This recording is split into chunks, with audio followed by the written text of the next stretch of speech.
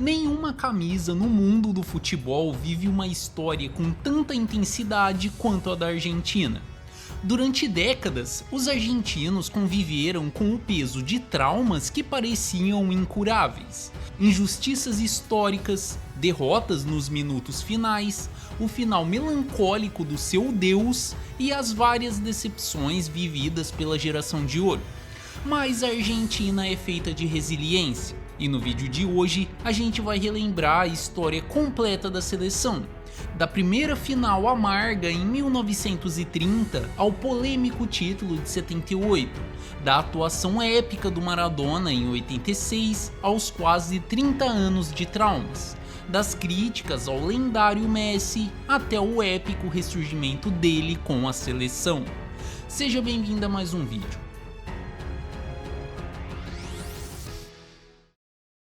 Desde a primeira edição da história da Copa do Mundo, em 1930, a Argentina já começou a se destacar como uma das maiores seleções do mundo. Para aquela Copa, a seleção chegou já como tetracampeã da Copa América, já sendo considerada uma das favoritas e tendo o Stabile como a primeira grande lenda argentina. Na primeira fase, a Argentina se classificou com 100% de aproveitamento e nas semis atropelou os Estados Unidos, vencendo por 6-1.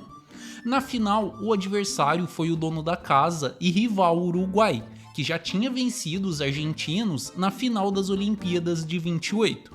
Naquela final, mais uma vez, a vitória foi dos uruguaios, que venceram por 4-2, mas mesmo depois daquele vice, a camisa argentina já era tida como uma das mais pesadas do mundo. E mesmo depois de cair logo no primeiro jogo na Copa de 34, perdendo para a Suécia, a Argentina entrou em um período simplesmente histórico e se tornou a seleção soberana na América do Sul.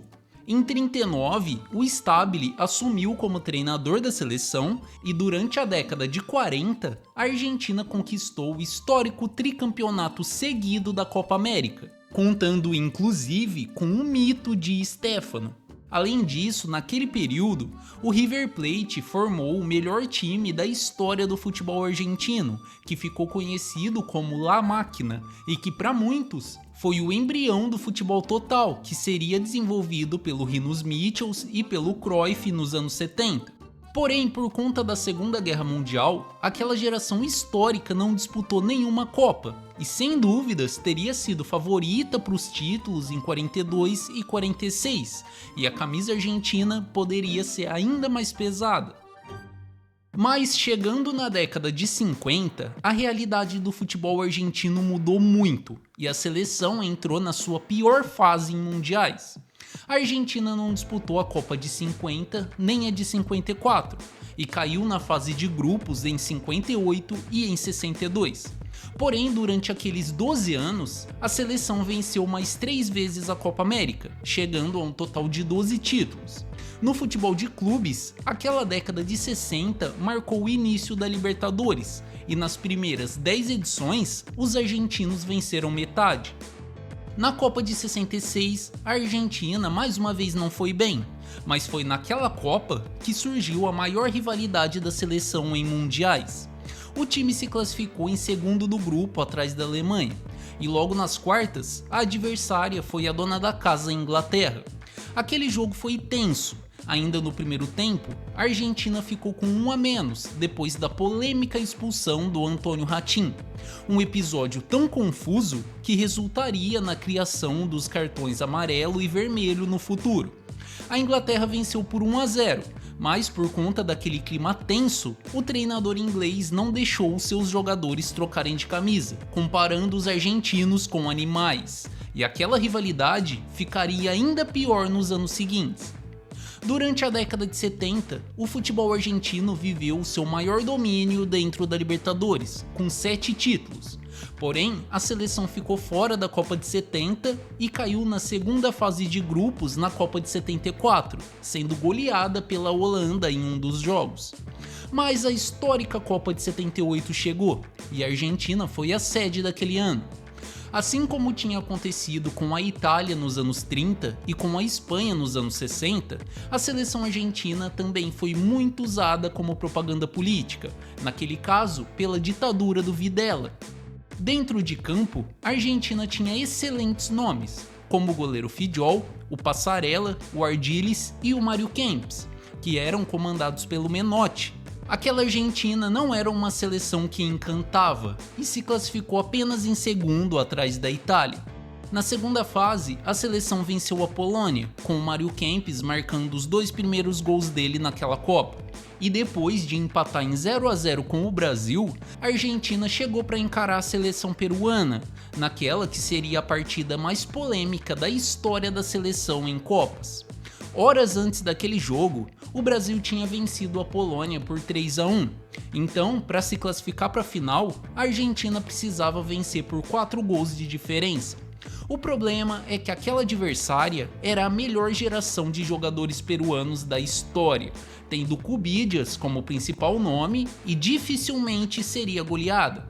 Porém, para surpresa de todo mundo, a Argentina atropelou e venceu por 6-0, em um dos resultados mais controversos da história dos mundiais. Para muita gente, houve ameaça aos peruanos por parte da ditadura argentina.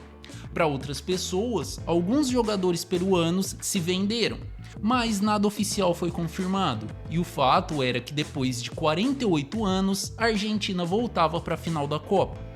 Na decisão, a adversária foi a Holanda, e depois do 1-1 nos 90 minutos, a Argentina venceu por 3-1 na prorrogação e garantiu o primeiro título mundial da sua história.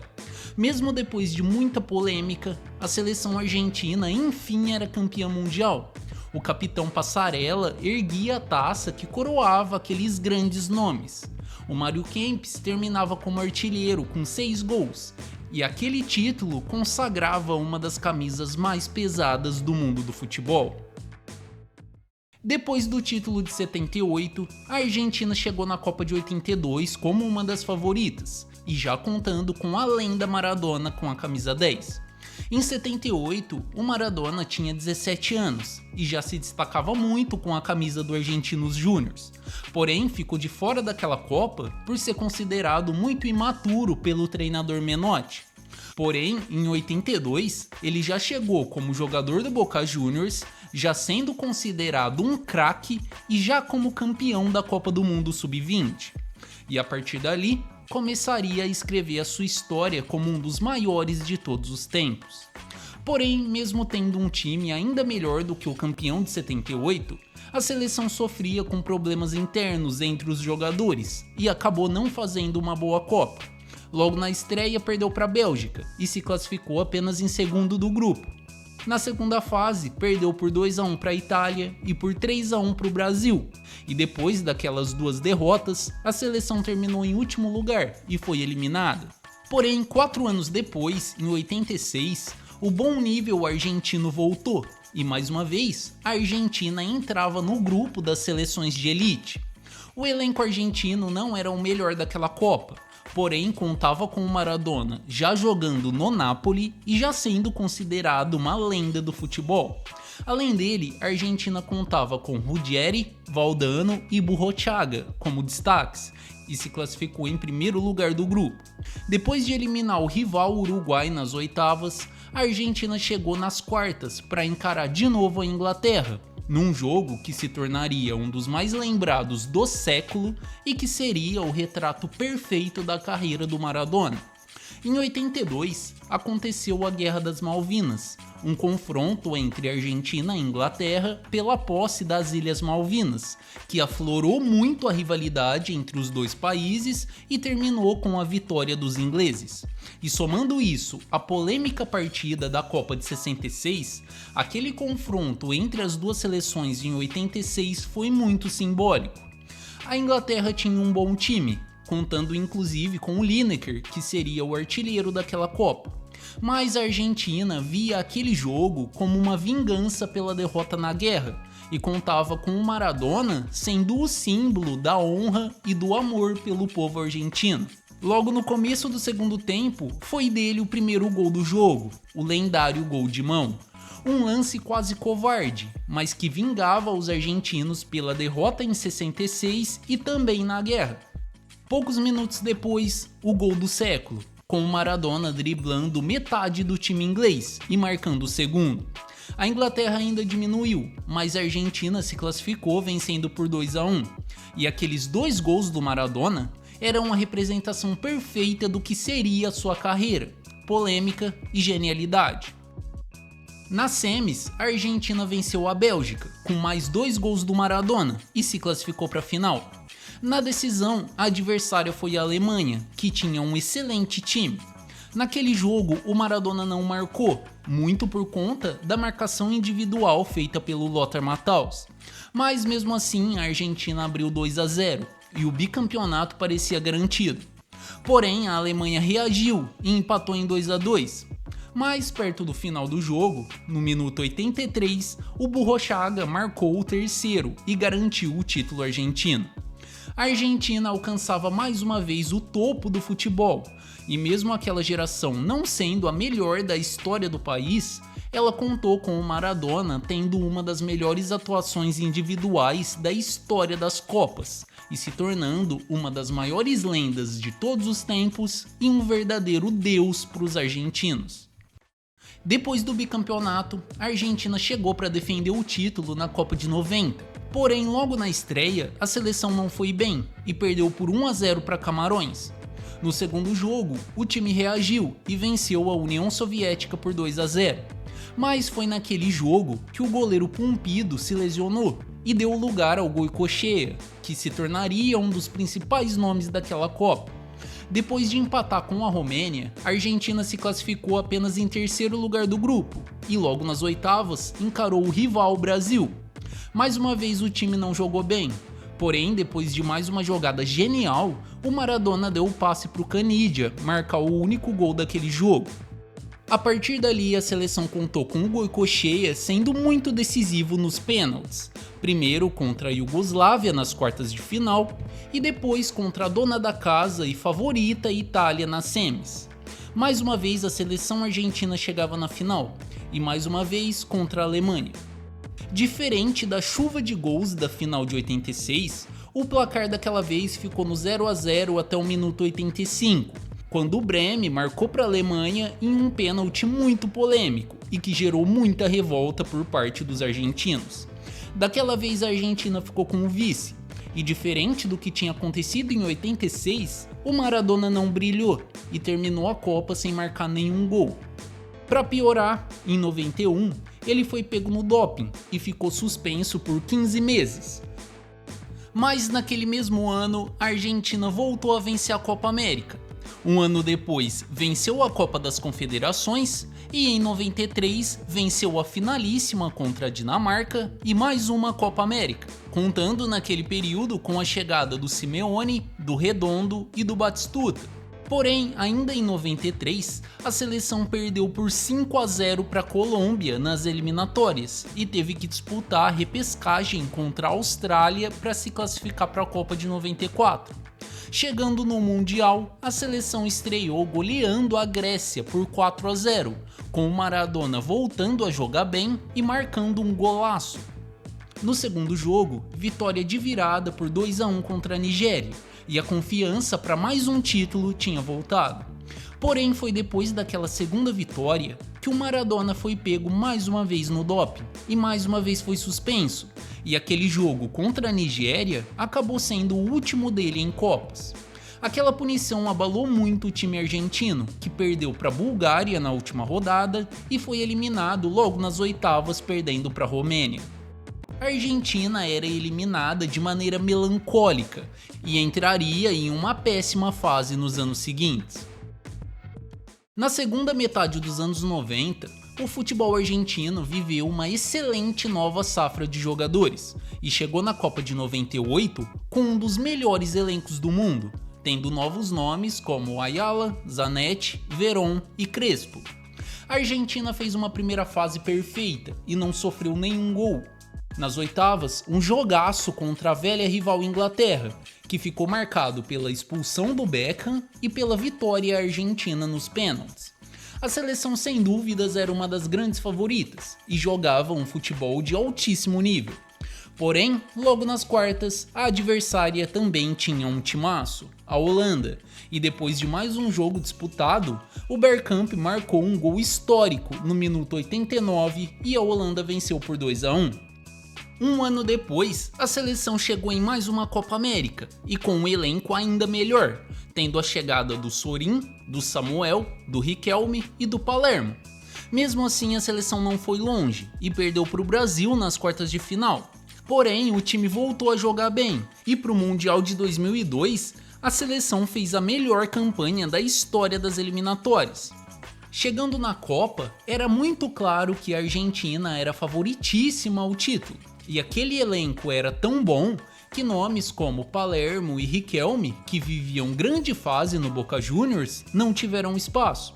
Assim como tinha acontecido nas duas últimas Copas, a Argentina fez uma boa estreia e venceu a Nigéria por 1-0. Mais uma vez tudo parecia bem, porém no segundo jogo a seleção perdeu por 1-0 para a rival Inglaterra e precisaria de uma vitória na última rodada para se classificar. Mesmo pressionada, a seleção chegou confiante para encarar a Suécia. Porém, depois de sair atrás no placar, a Argentina chegou apenas ao empate com o Crespo e foi eliminada. Aquela sem dúvidas foi a eliminação mais traumática da história da Argentina em Copas.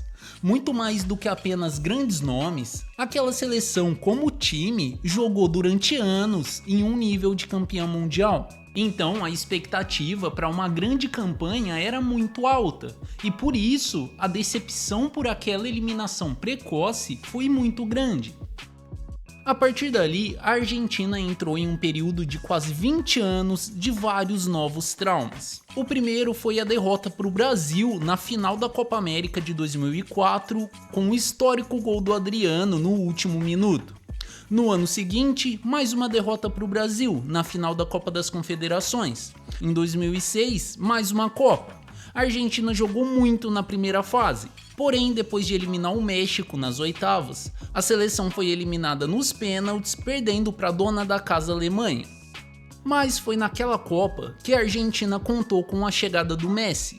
E mesmo depois de perder mais uma final de Copa América para o Brasil em 2007, aquele jovem Messi se tornava a principal esperança de um futuro melhor. Por volta de 2010, o Messi já vivia o auge da carreira no Barcelona e já era tido como o principal nome da seleção. Mas diferente do que tinha acontecido com o Maradona, que foi campeão logo nos primeiros anos, o Messi viveria mais de uma década de muitas decepções com a Argentina. A primeira delas foi a Copa de 2010, que contou com a chegada do Di Maria e do Agüero, que tinham vencido as Olimpíadas de 2008, e do próprio Maradona como treinador. A Argentina venceu os 3 jogos na primeira fase e mais uma vez eliminou o México nas oitavas. Porém, mais uma vez a adversária nas quartas foi a Alemanha, e diferente do confronto equilibrado de 2006, daquela vez a Argentina foi atropelada e perdeu por 4-0. Em 2011, mais uma Copa América e mais uma queda precoce, com a eliminação logo nas quartas, perdendo nos pênaltis para o Uruguai, que seria o campeão e assumiria o posto de maior vencedor da América do Sul. Em 2014, mais uma Copa. A pressão sobre o Messi e sobre toda a seleção era muito grande, e o jejum de títulos já completava 21 anos. Mais uma vez a Argentina venceu os 3 jogos da primeira fase, e com o Messi sendo muito decisivo. Nas oitavas, vitória por 1-0 contra a Suíça, e nas quartas, vitória por 1-0 contra a Bélgica. A Argentina voltava para uma semi de Copa depois de 24 anos, e a adversária seria a Holanda, rival da traumática derrota da geração dourada na Copa de 98. Pela primeira vez naquela Copa, a Argentina não conseguiu marcar, porém, assim como tinha contado com o Goicoechea na Copa de 90, a seleção contou com o Romero para defender 2 pênaltis holandeses e voltou para a final.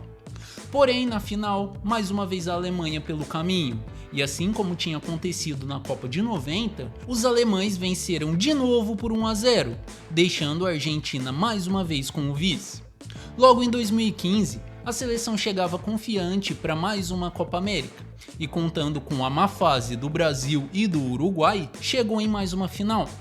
Porém, para o azar dos argentinos, o adversário foi o dono da casa, Chile, que vivia a sua própria geração dourada e acabou vencendo nos pênaltis.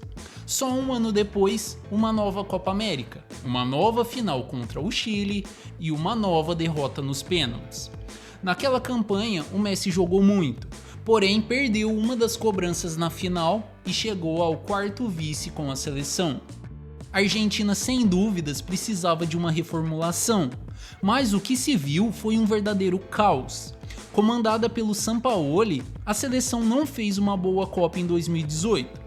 Logo na estreia, um empate em 1-1 com a estreante Islândia, com o Messi perdendo mais um pênalti. No segundo jogo, derrota humilhante por 3-0 para a Croácia.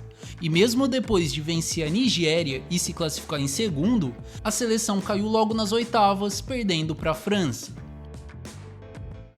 Depois daquela campanha péssima de 2018, a Federação Argentina escolheu Lionel Scaloni, auxiliar do Sampaoli, como treinador interino, mas mirava a contratação de treinadores consagrados, como Simeone, o Pochettino ou o Galhardo. Porém, com o passar do tempo, o trabalho do Scaloni foi mostrando potencial e aos poucos a confiança ia voltando. Diferente do caos da Copa de 2018, o Scaloni levou organização para a seleção e usou a Copa América de 2019 como um teste, deixando de fora nomes como Higuaín e dando espaço para nomes como Depou, Paredes e Lautaro Martínez. A seleção não foi tão bem naquela Copa América e caiu na semifinal perdendo para o Brasil. Porém, o trabalho do Scaloni era muito bom e aquela derrota acabaria sendo a última antes de um período simplesmente histórico. A partir dali, a seleção foi ficando cada vez melhor e chegou na Copa América de 2021 com boas chances de título e chegou em mais uma final para encarar o dono da casa, Brasil. E depois de 4 finais perdidas com a seleção, daquela vez a história do Messi foi diferente. O Di Maria marcou o gol da vitória e depois de 28 anos, a Argentina voltava a ser campeã e o Messi enfim levantava uma taça com a seleção. Depois do título, a Argentina continuou em alto nível e se classificou para a Copa de 22 invicta. Antes do Mundial, o time atropelou a Itália na finalíssima e chegava no Catar de novo como favorita ao título. O time daquela Copa era praticamente o mesmo da Copa América, mas sofreu com a ausência do Lo Celso por lesão e do Agüero, que tinha se aposentado. Mas por outro lado, chegaram nomes como McAllister, Enzo Fernandes e Julián Álvares, que seriam fundamentais para o time. A Argentina chegou para o jogo de estreia contra a Arábia Saudita com 36 jogos de invencibilidade, e assim como tinha sido em 2002, a seleção tinha muita esperança de título. Porém, depois do Messi abrir o placar de pênalti, a seleção sofreu a virada e perdeu por 2-1 na maior zebra daquela Copa. De principal favorita e invicta, a Argentina perdia para uma das menores seleções da Copa e aquela antiga pressão voltava. O Scaloni mexeu no time, mas o segundo jogo contra o México foi muito tenso e o primeiro tempo terminou em 0-0. Porém, já na metade do segundo tempo, o Messi abriu o placar e a Argentina renasceu.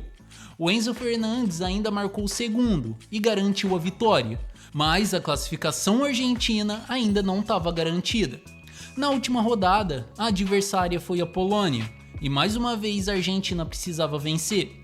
Ainda no primeiro tempo, o Messi teve a chance de abrir o placar de pênalti, mas parou no goleiro Szczęsny, e os velhos traumas das Copas anteriores voltavam. Porém, foi a nova geração argentina a responsável pelo resgate da seleção. O McAllister abriu o placar e o Álvares marcou o segundo. Depois de uma primeira fase muito mais tensa do que o esperado, a Argentina se classificava em primeiro e estava viva em busca de mais um título. Nas oitavas, a seleção eliminou a Austrália e nas quartas, eliminou a Holanda nos pênaltis, num confronto que marcou o surgimento de uma nova versão do Messi, que além de ser muito decisivo com gols, também se mostrava um grande líder naquele momento, mais maduro e mais provocador, fazendo a torcida argentina se lembrar do Maradona. Nas semis, a Argentina atropelou a Croácia, com um show do Messi e de todo o time, e chegou em mais uma final de Copa. Na decisão, a rival foi a campeã França, e as duas seleções fariam simplesmente a melhor final de Copa de todos os tempos. A Argentina começou atropelando e abriu 2-0. A França parecia entregue, e nunca antes na história o tricampeonato mundial se mostrava tão perto dos argentinos. Porém, já na parte final do jogo, a França reagiu e empatou em 2-2. E se em 2004 o algoz argentino tinha sido o Adriano, daquela vez foi o Mbappé que marcou os 2 gols, e a vitória que parecia garantida se tornava incerta.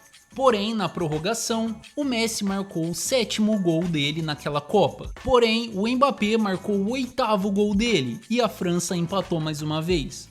Nos minutos finais, a Argentina ainda contou com o milagre do Dibu Martínez, que se colocava como mais um grande nome da era Scaloni. O jogo foi para os pênaltis, mas diferente das decepções contra o Chile nas últimas finais perdidas, daquela vez o final foi diferente. A Argentina venceu por 4-2 e se tornou tricampeã mundial. O ressurgimento da lendária Argentina enfim tinha acontecido. O Messi finalmente se colocava ao lado do Maradona como um verdadeiro deus argentino, e junto com o Scaloni e com todos aqueles nomes, colocavam a seleção de novo no topo do futebol. E depois daquele título histórico, a seleção continuou jogando muito e venceu mais uma Copa América em 2024, reconquistando a soberania na América do Sul. Sem dúvidas, a Argentina tem uma das histórias mais ricas do futebol de seleções, e mesmo tendo vivido várias fases ruins, os títulos mundiais e as lendas fazem da Argentina um time simplesmente histórico. Deixa sua opinião sobre a história argentina nos comentários, não esquece de curtir o vídeo, se inscrever aqui no canal e eu te espero no próximo vídeo. Valeu!